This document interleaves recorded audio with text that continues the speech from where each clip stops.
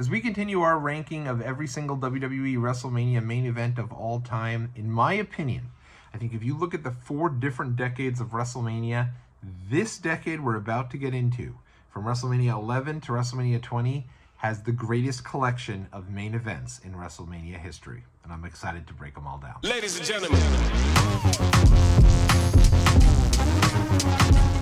What's up, world? It's your boy Tommy on the spot for Watch Along Wrestling, and I'm a wrestling content creator from Long Island, New York. Thanks so much for checking out this video.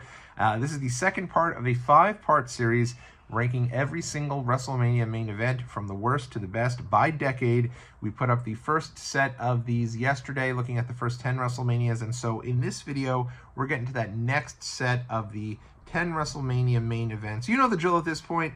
Yes, I factor in a lot of storyline development, hype, historical significance, in-ring work, but at the end of the day, this is all my opinion. It's my rankings. If yours differ, let me know what yours are in the comment section below.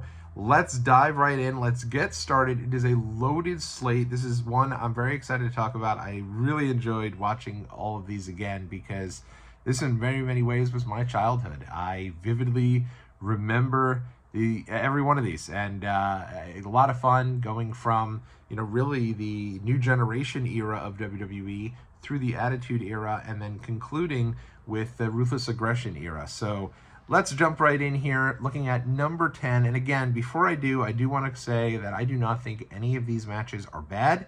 I think all 10 of these matches have something good in all of them. So again, it's just my rankings. Let's jump right in. I'm going with number 10, which is WrestleMania 13, The Undertaker versus Psycho Sid. And for me, I love this era of Sid. I do. It is my favorite part of his entire character arc in WWE. It's that Survivor Series 1996 when he wins the title from Shawn, and then all the way through this WrestleMania 13. And honestly, I don't even think this match is bad. And it has a really great, iconic ending with Undertaker doing the big pose, holding up the title. Undertaker's first WrestleMania main event comes right here. Think about that for a second. It had come 7 years after his debut, and he gets the chance here now to main event and win the title in the WrestleMania main event. I mean, pretty incredible moment, certainly for him and for all of his fans, the creatures of the night, if you will. And so, you know, holding up the title, iconic pose. You've seen it a million times. I'd say it might actually be, other than obviously Bret Hart and Bret Hart and Stone Cold Steve Austin. I think the thing you take away is that shot of The Undertaker. But a couple things working against this match. Number one, and this happens a lot through WrestleMania history, we'll talk about it time and time again, you have an iconic match that takes place in the middle of this card between Bret Hart and Stone Cold Steve Austin. And I really think that match is just so incredible. That match is so iconic. It's literally the first match they're putting into the matches wing, so to speak, of the Hall of Fame. And in all honesty, I really honestly believe that in doing so, it takes away from the main event. They couldn't have done anything, Sid and Undertaker, to come close to what that match had and what that match meant. But the number one thing for me is Bret Hart's involvement in this match. The son of a gun is annoying as all hell. And it's unnecessary. I don't know why they felt the need to have Bret Hart make several run-ins in the main event of WrestleMania. It takes this main event and it makes it feel like it's an episode of Raw. Like, it's very weird. Like, you could see that on an episode of Raw where you're like, all right, they're really trying to build this, him being a heel. But why not leave that up for interpretation at the end of Stone Cold and Bret? Why not let Bret explain his actions the next night on Raw? Instead, I almost feel like it's overexposes Bret a bit. And I don't understand why. You know, my good friend Alex Dorio from the Talking Taker podcast said it best when he said, what was the point? Did they not think there was enough star power there with Sid and with Undertaker? And I completely agree with that. And not to mention, Shawn Michaels is also on commentary. So Bret doesn't belong in this match, and he keeps coming back out. He becomes very annoying. He becomes very easy to root against as a heel, which I guess was the point.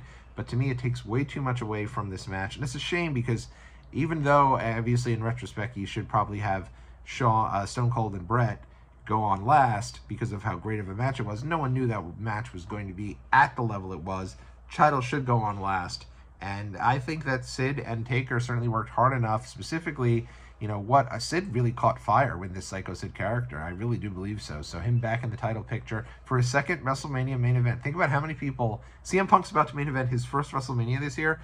Sid has 2 under his belt. Gotta give him credit for that. But yeah, solid match. It's just unfortunate that they decided to overbook the hell out of it, and it really took away from it.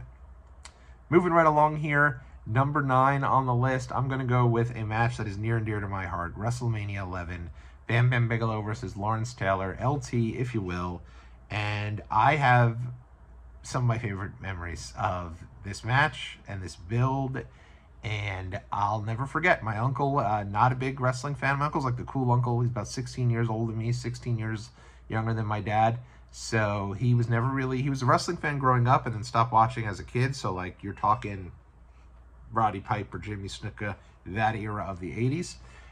And then suddenly ends up coming over for the Rumble in 1995 by chance, is a gigantic New York Giants fan. And so he sees Lawrence Taylor and that whole deal get involved. He then finds out Lawrence Taylor is going to be a big part of WWE moving forward, and decides, because LT is one of his favorite players, that he's going to become a huge wrestling fan for the entire road to WrestleMania. He was in, and he was a dedicated fan for that entire 3-month stretch. So much so that my dad, my uncle, and I went to the public workout in Times Square, and it was amazing. I mean, just so cool. I was a little kid at the time, but absolutely amazing, and just memories I'll always carry. And I really thought having him involved made me an even bigger fan, and somebody now that I thought was like the coolest person who'd ever lived to now be able to chat wrestling with all the time. I know it meant a lot to my dad as well to have his brother it being such a big fan of WWE. And yeah, he joined us for our WrestleMania parties, which were like very exclusive at this time. No one was able to join those parties. It was just the core 4 of my family with my sister and my parents watching all of the wrestling shows and the pay-per-views. My uncle did join. And in all honesty, this match is awesome. I love the hell out of this match. I wanted to rank it higher, but I just think that highly about all the other matches on this countdown here. So I didn't. But with that being said, LT really brings it. Like, this guy took it super serious. He really, you could tell, trained to be a wrestler. He blows up super fierce, right? And all the credit in the world to Bam Bam Bigelow for getting him through the match. But I really think they did a good job with this one. I do think in this situation, title probably should have gone on last, but, you know, Diesel and Shawn Michaels, and that iconic moment at the end with Diesel holding up Pam Anderson and Jennifer McCarthy's hands, looking like a big boss there, defending his title proudly. I'd say, yeah, maybe that match goes on last, but obviously a lot of eyeballs on LT. Remember, not only LT, but they have the entire NFL team seconding LT to counteract the Money Corporation or $1 Million Man's Corporation. So you had guys like the late, great Reggie White, Steve Mongo McMichael, who would go on to have a huge career in his own right, and a ton of NFL stars. You also had Salt and Pepper there, so they're like going crazy, leading on as many celebrities as they can. They do their song What a Man and play LT down, though if you do look at this and watch this on Peacock, they're just kind of hanging out in the backstage because obviously they don't have the rights to play that now. But this is fun. I don't know. I don't dislike this match at all. LT does get the win. And, you know, obviously he's going to get the win. That was, you know, the big point of this. But it's really cool that Bam Bam did get a WrestleMania main event out of his run in WWE. It's a shame nothing really materialized for him as a babyface following this. But he's a WrestleMania main eventer. You got to give him that. Moving right along here, number 8. I'm going to go WrestleMania 18, Chris Jericho versus Triple H. I like this match, and as a matter of fact, I think this match, if you watch it on its own, and recently it's been uploaded to WWE Vault, I think you will grow a deeper appreciation for this match. The problem with this match is exactly the same as the problem of the WrestleMania 13 main event, is that it follows an iconic match between Hulk Hogan and The Rock, where the crowd had a ton of energy, and the energy just kept going and going and going and going, and it was a huge explosion of energy throughout the entire match. That by the time this match comes around, I do think people were a little tired. I also don't think this is the best match that Triple H and Jericho have ever had. They've had some awesome matches. Fully Loaded 2000, go watch that match between those two guys. They kill it. It's incredible. It's a classic. And here, obviously, everyone knows Triple H was going to be winning. He just came back from his quad tear. I didn't care. I was very into Triple H at this time. He's one of my favorite wrestlers. I remember going to Madison Square Garden for that iconic return from his quad tear and his surgery back in 2002 at the start of this year. So I was all on board with the Triple H. He was one of my favorite baby faces ever. And I was really happy that Jericho got the main event slot. Obviously the only main event of his entire run. And you'll see this a little bit, right? First 10 WrestleManias there, you have a whole bunch of Hulk Hogan. As we transition and get to the 20s and through the 30s, you have a lot of John Cena, a lot of Triple H. As you get to the 30s to the 40s, a lot of Roman Reigns, a lot of Brock Lesnar. Here, they're still kind of mixing and matching, trying to figure out which direction they're going to go. You have a couple guys who may make 2 or 3 different appearances, but really a wide array of WrestleMania main eventers here. And for me, I really thought that this match in particular was cool to see Jericho in the main event. I was really stoked to see him get this spot. But the problem here is that they really took the hype around Jericho and Hunter, and it should have been built as this huge match and a huge opponent for Triple H going up against the first undisputed champion who beat Stone Cold Steve Austin and The Rock in one night to win that belt. And instead, it was Triple H versus Stephanie McMahon, and Jericho, the world champion, was kind of a second fiddle.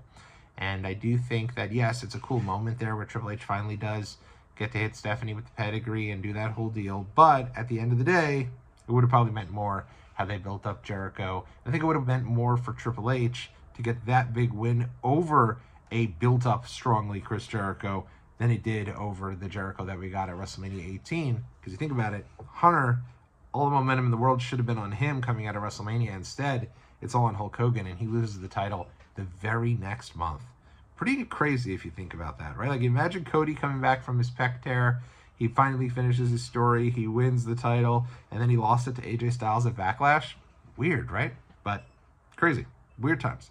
In any event, that's my number 8. Moving on to number 7 here. I'm going to WrestleMania 2000. A McMahon in every corner that a fatal 4-way. Triple H versus The Big Show versus Mick Foley versus The Rock.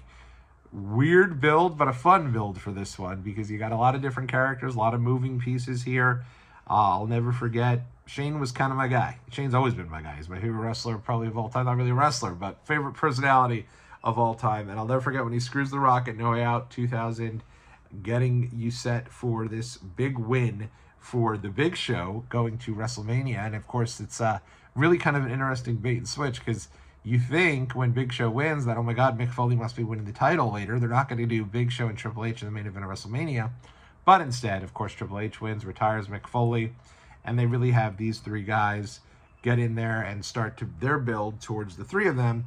And then obviously you have Linda involved. I believe the first part of this and the first thought was to have Chris Jericho involved because he's on all of the marketing for the WrestleMania 2000. He's on the cover of the book. He's in that logo for everything. But instead they go back to Mick, and it made a lot of sense. The only problem was that Mick had just retired, had this great send-off and an incredible send-off, and unfortunately went out and probably decided, screw it, I've been working my off, getting in the best shape of my life. I'm now done. I'm going to enjoy life. I'm going to enjoy my family. I'm going to go to Disneyland. I'm going to pig out. And so he was a little out of shape when he returned. But it was still great to see Mick. I'm thrilled I'm so excited that Mick Foley is a WrestleMania main eventer, and he wouldn't have been able to get there had it not been for this match. So with that being said, I love that. I love the build. I love when the piece when Mick is introduced as Linda's opponent and joins that match. I think it's great. The Rock hosts Saturday Night Live, and the 3 of the guys are in the crowd. It's an awesome showcase for WWE, probably at the peak of its popularity. The match just isn't very good, and the finish is worse. You don't remember anything that Big Show does in this match. Foley doesn't do too much in the match, and when the things he does, that it isn't great, right? He botches the table spot, and it hits the hell out of his ribs, and you can tell it's just painful as hell. And then they even show on the found footage from WrestleMania 2000 that, like, Mick's kind of checked out. Afterwards, he's, like, reading a piece of his Christmas novel, his kid's book. I mean, it's just like, I think at this point he had kind of moved on and then was kind of brought back in, and I don't think he was already there. And for me, I wanted Mick to win. Like, I was like, Mick's back. Let him go out. Let him get this great moment to be this beautiful send-off of him getting the title. And when they didn't get there, it was weird. And so instead, you just get down to Triple H and Rock, which probably should have been the main event anyway. And then Hunter wins. And I remember as a time being kind of a punk kid, just pre-teenish years, being pumped up for Triple H's win here. I couldn't believe it. I had never thought in a million years a heel would win to end WrestleMania. This is the first time it ever happens. In retrospect, it's kind of lame that it happened. And that they got the McMahons involved. Vince and Triple H had this big blood-boiling feud. Now they're all back together. Didn't make any sense. It was too much. And then the next month, at Backlash, you get the main event you should have got. You should have had Stone Cold involved here, helping The Rock take down Vince and take down Triple H and everything. And if they had switched those, I think this match would have been an iconic match, because you really didn't have that big Triple H Rock match at WrestleMania, the big blow-off that we should have gotten. I think if we had gotten that, and you flipped it over here and got the Backlash match, I think it would have been remembered a lot more fondly. Instead, it's just kind of an is-what-it-is type of match, and we move on. Moving on, so to speak, to number 6 here, we're going to go to WrestleMania 15, and that, of course, was main evented by The Rock and Stone Cold Steve Austin. Sort of the forgotten match between The Rock and Stone Cold. Everyone loves WrestleMania 17. I think people think very highly of their match at WrestleMania 19 because it ends up being Stone Cold's final match. And if you go back and watch the 19 match, knowing it ends up being Austin's final match, it's really nice. And you could see pieces of it, and I think that match means a lot more in retrospect.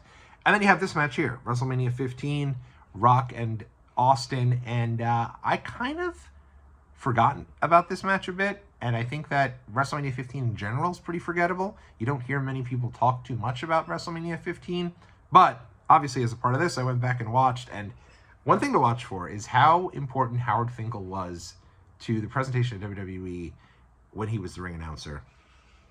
He goes, obviously it's main event time, there's nothing left on the show, but when he takes the mic and says, "Ladies and gentlemen, it is now time for the world title match," and everyone just goes completely nuts. Everyone becomes like super hyped and ready to go, and they've remained with this. The crowd is red hot for this match. I also think this is an underrated match. Really good stuff. Austin comes out, of course, probably remembered most for him because he forgets his gear. So he comes out wearing a t-shirt, which is strange and a little bit weird. But that being said, once the match starts, it's your classic Attitude Era type of match. They're battling all over the place. They're going nuts. And at the end, it ends up being a situation where I think The Rock, this is probably a little early for Rock to be in the main events. Yes, I know he'd gotten his feet wet toward the end of 99, becoming the corporate champion and all that. But I mean, 98 going into this. But that being said, I do think he holds his own. And I think it was clear coming out of this, he was going to be one of the stars of the future as a babyface. But here, as a heel, I think he's almost playing second fiddle to the McMahon-Austin feud. He's obviously a cog in the McMahon wheels, so to speak, as being the corporate champion. But again, really good match. Rock looks like $1 million. This is, he comes out, he's got the belt on his shoulder. They get that zoomed-in picture. He hits the people's eyebrow. Pretty iconic stuff. And a really, really strong match. And not to mention the stuff that happens before the match, right? Because I told you it includes everything.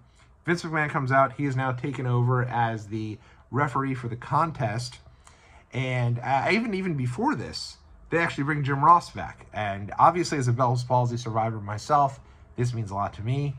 Seeing Jim Ross not on TV, Michael Cole's Super Green back in like 1999, and he was the announcer and the commentator there for the beginning of 99. It was kind of rough stuff. But JR getting back involved, doing his thing, and being able to return here as for the main event of WrestleMania, still with Bell's palsy. I know how hard that is, certainly to be on camera, and yet let alone at the main event of WrestleMania. But it was awesome to see him back. And then you have this really cool piece where Vince is like, he takes over as ref because Mick is taken out after beating the Big Show. They beat the Big Show like in his first Mania match a month after his debut. What were they thinking? But Mick's out of the picture, so Vince announces he's going to be the ref.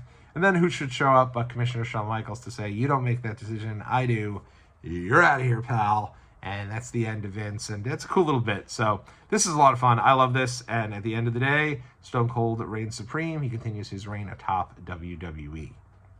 All right, we made it to our top 5 here, and for me, number 5 is going to be the boyhood dream has come true for Shawn Michaels. WrestleMania 12. It is the 60-minute Iron Man match, a controversial match. People say this stinks. People say this is overrated. People say this is the greatest match they've ever seen. For me, I think it's a solid match. I think that I have a lot of fond memories of this one. It's the first time I had my buddies come over as a kid and watch WrestleMania together. And my parents were upstairs. We rolled down in the basement watching Mania.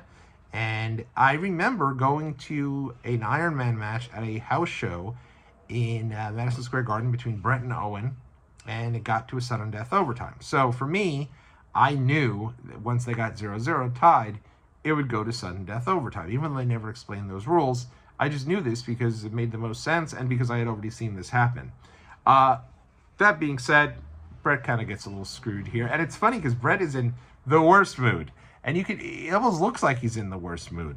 And for me, there's a couple things here. Number one, you have Shawn Michaels flying in. Oh my God, look at him fly! And he comes flying in on the big entrance. Just iconic. Such a cool entrance there. And you feel for Brett, right? Because Brett, it says in his book too, how like they made Shawn look like he's this amazing, conquering new babyface and their new toy, so to speak. And Brett is kind of looking like the old man, not getting the shine that he probably should have gotten as champion going into this. And that is super clear here, right? Shawn gets this big entrance. Brett just comes out. Like, it's not anything special for his entrance. But that being said, it's a good match. I don't think this is the greatest match of all time. I also don't think this is horrible. And I also don't even think it's, yes, is it overrated? It's probably overrated a bit. But for me, I don't think it's a bad match. And I do think it's a good showcase for technical wrestling, right? Like, at the time, you would not see a 60-minute match with two technical wrestlers like Brett and Shawn having such a showcase at WrestleMania for over an hour in the main event of WrestleMania. So I liked that piece of it. And, of course, the end, Shawn Michaels gets the win. He was kind of my guy as well. Love Brett and Shawn. Those were both my guys. And so Shawn gets the big win. He gets the 1, 2, 3. And then the boyhood dream has come true for Shawn Michaels. Iconic call by Vince McMahon. He's laying down. He's doing the whole thing with the belt. Bosley tells Earl Hebner, hey, get Bret Hart out of my ring. I'm the champion now, which isn't very kind nor nice. But it's cool. It's got some iconic moments. And so for me, is it the greatest WrestleMania match of all time? No. As a matter of fact, I have 4 main events from this era ranked above it. But I also don't think that it's a particularly bad match either. Moving right along, number 4, WrestleMania 19, Kurt Angle versus Brock Lesnar.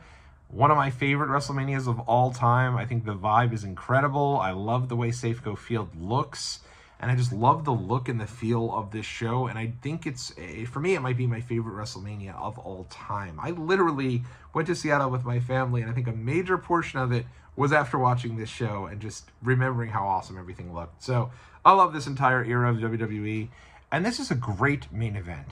Unfortunately for this main event, it is probably remembered most for 2 things. Number 1, Kurt Angle going into this match with a major injury. So I think that later on, him and Brock would actually have several matches that are better than this one. And then number 2, of course, the botch, right? Brock goes up, tries a shooting star press.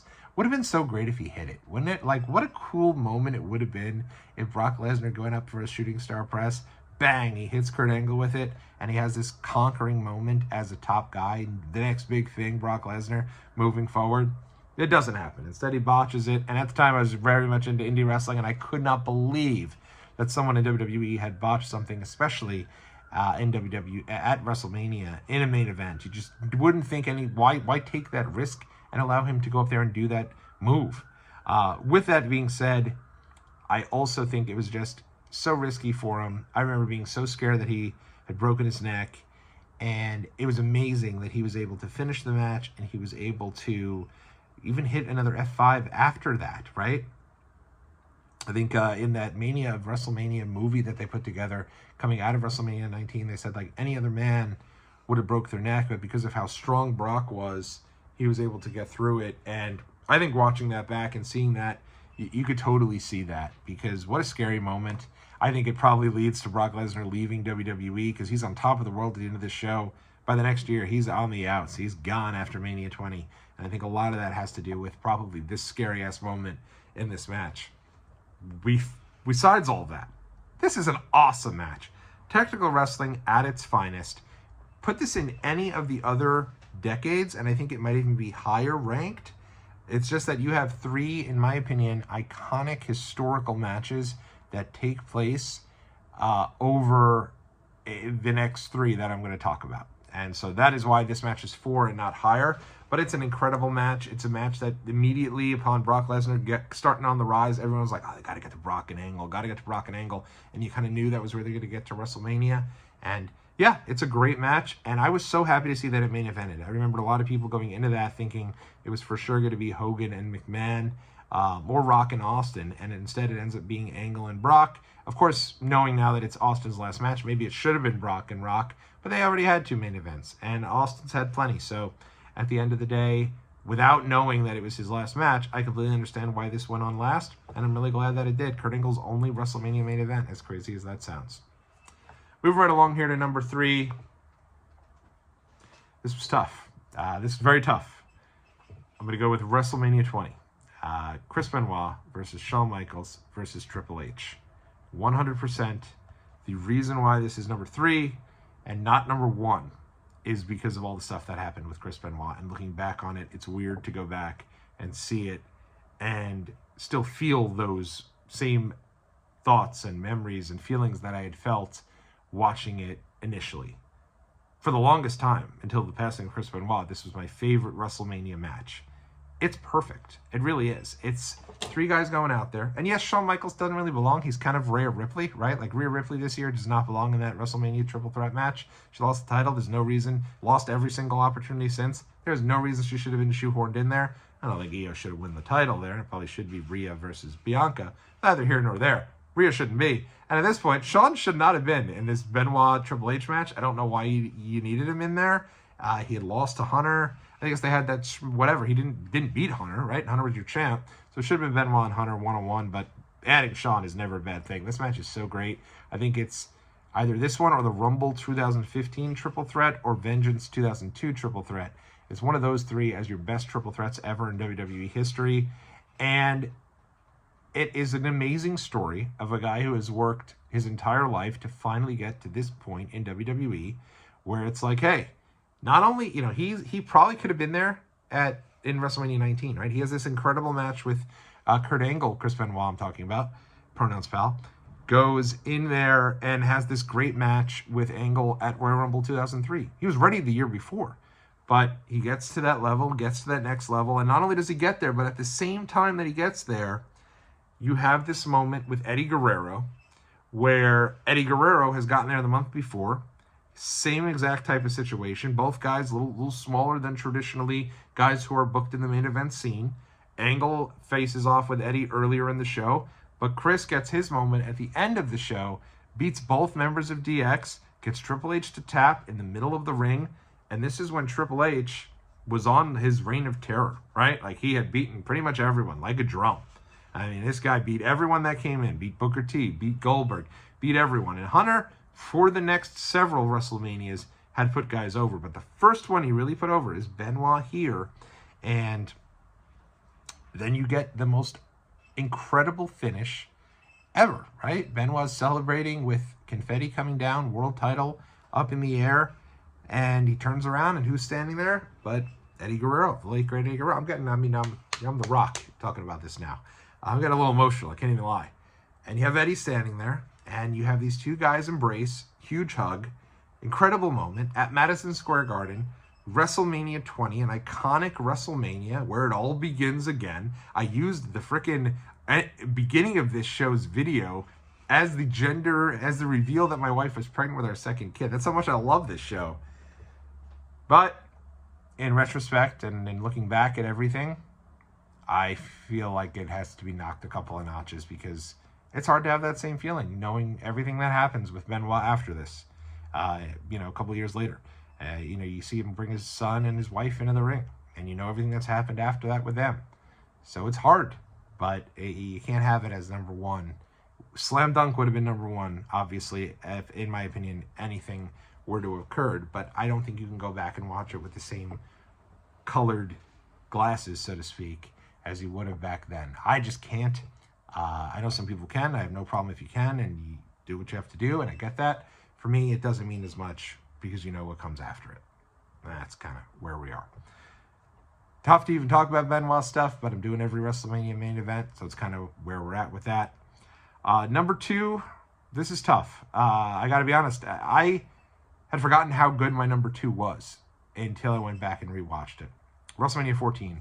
Stone Cold Steve Austin versus Shawn Michaels, 1998. And this match, in all honesty, is probably not as good as some of the ones that are behind it.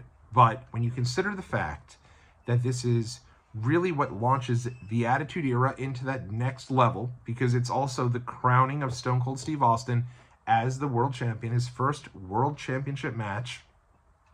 Shawn Michaels' last match as the head of DX. He goes on the shelf then for 4 years, more than 4 years, he's out of action. And you also have Iron Mike Tyson, the baddest man on the planet. And he's here. He's in the main event as the enforcer. And for me, I went back, watched this one, and was so blown away. And it's a forgotten Mania in a weird way. WrestleMania 14 should not be a forgotten WrestleMania. It's a classic show. Lots of really great stuff on this show. And, you know, you go back here and you watch this one, and obviously Tyson, the build to this is amazing, right? You have that incredible face-off between Austin and Tyson where they have the face-to-face, and Tyson's trying to be cool, and he's trying to go for the handshake of Austin, and then Austin disrespects him. Tyson's like, what the hell? Boom! Big shoves back and forth, and then Vince McMahon is on the outside of the ring. I'll remember this forever. I have used this line a million times in my life. He's yelling at Stone Cold, you ruined it! You ruined it, Stone Cold! You ruined it! And for me, it was so iconic. Such a great... You had Stone Cold and his level of stardom just to the stratosphere. Tough spot for Shawn, obviously, going out on the shelf. But honestly, a good match as well. And yeah, a little silly that after the stunner, Shawn Michaels continues to chew his gum. Other than that, I think this is a really good match. Kudos to Shawn for getting through it, injured as can be with a horrible back. And not only that, but then you have Tyson eventually turning back. He joins DX in a great moment, and I think him being a part of that propelled DX to the next level, to where they're immediately seen as a viable group the next night without Shawn. And then, obviously, Tyson turns back, counts the 1, 2, 3 for Austin, holds Austin's hand up, puts up the Stone Cold shirt. Doesn't get better than that. That's about as good as it gets. An iconic moment in WrestleMania history, and an iconic moment in WWE history. And that is why it is on the countdown here at number 2. I'm sure probably many of you are surprised, but I'm telling you, if you go back and watch this one, I think you will get it and understand the magnitude, especially if you're looking at it from a historical significance standpoint. But it's not number 1. Number 1, WrestleMania 17, The Rock versus Stone Cold Steve Austin. Your two biggest stars in the WWE, really on this collision course at the biggest show of all time that is pretty much remembered as the greatest WrestleMania across the board. So much on this show. Shane versus Vince, TLC, Angle versus Benoit, the gosh darn gimmick battle royal. It is an amazing show from start to finish. And I know I'm forgetting Triple H and Undertaker. I can go through the whole card. It's an incredible show. And nobody doubts that the main event should have been the two biggest stars in the world on a collision course. And I will say this, I think a little bit of this is knocked down due to the heel turn, which was silly, especially in Texas, right? Stone Cold turns, and the crowd is eating it up. They're going nuts for Austin. They're so happy that Austin has turned. It's kind of similar to when Cena turned, honestly. Like, Cena turned, and a lot of people hated it, but there's a lot of people going nuts for it. Texas, nobody's booing this. They were just, like, so happy Austin had won the title, and they just went nuts for it. And they continue to grow. Their excitement continues to grow. No reason Austin and McMahon should have ever gotten together. No problem with Austin turning heel. I think that he had valid reasons for turning heel. You have Rock coming in while he's on the shelf and becoming the top guy. He should be pissed off. But at the end of the day, he gets the handshake with McMahon, and that's silly. But they move away from his collaboration with Vince pretty quickly thereafter. They get back to it with the invasion, but that's just because I think they're throwing stuff at the wall. But for a bit, he becomes this big deal with Triple H, two-man power trip, and they kind of run things for a bit. So, you know, yes, the heel turn isn't ideal, but for me, it doesn't take anything away from this match. And I love the ending where Austin turns heel. It's clear that, you know, no, what is he doing? And Rock continues to kick out. And each time he kicks Austin, stunner, Rock kicks out. Austin, chair shot, Rock kicks out. Every time, Austin's getting more and more angry, till the point where he's just banging the crap out of Rock with his chair, just beats the crap, loses his mind, and finally gets the win. Also does come out to Disturbed's version of Stone Cold's theme here, which I love. Just, oh, fuck, amazing, so great. I was going to sing it, I think I almost wanted to lead his song. In any event, I'm excited. It is what it is. Talking WrestleMania main events, it's about as fun as it could possibly be. So, that is mine, and of course, I'd be remiss if I did not mention. Now, I don't think the build for this was so long, and I don't know that the build outside of a couple of things was really all that great. But there's two things. One is the sit down where Jim Ross sits in between The Rock and Stone Cold, and they talk through everything, and they go through everything, and they talk with each other, and they go back and forth, and everything else to that extent. And that is a fantastic sit down interview. And then, of course, the greatest video package of all time. It is Limp Bizkit's My Way with Austin and Rock. You will see fans to this day go to Limp Bizkit shows, and when they do My Way, hold up the Austin and Rock video package so you can kind of take all that in live. And yeah, it's awesome. It's wrestling at its absolute peak, and would really be the end of the Attitude Era. Right, the very next night, it's two-man power trip time, and then that quickly becomes the Invasion. And after the Invasion, I think you could just go right into the Ruthless Aggression era. So I think this is the peak in terms of where WWE was. I talked about WWE's peak in popularity at maybe 2000, but I think this is the peak of WWE from a storyline perspective. I don't think it could get any better than what it was at WrestleMania 2017 and 2001. And this main event here between Stone Cold Steve Austin and The Rock. Let me know where I got things wrong. Let me know what you think in the comment section below. And the next time I will see you, we will be talking all things WrestleMania 21 to WrestleMania 30, where we'll let the good times roll, get into a little Yeselmania. We'll talk through the rise of the Animal. We'll talk through the end of the Heartbreak Kid, Shawn Michaels, and so much more. And until then, this has been Tommy on the Spot. I'll see you all in the next video.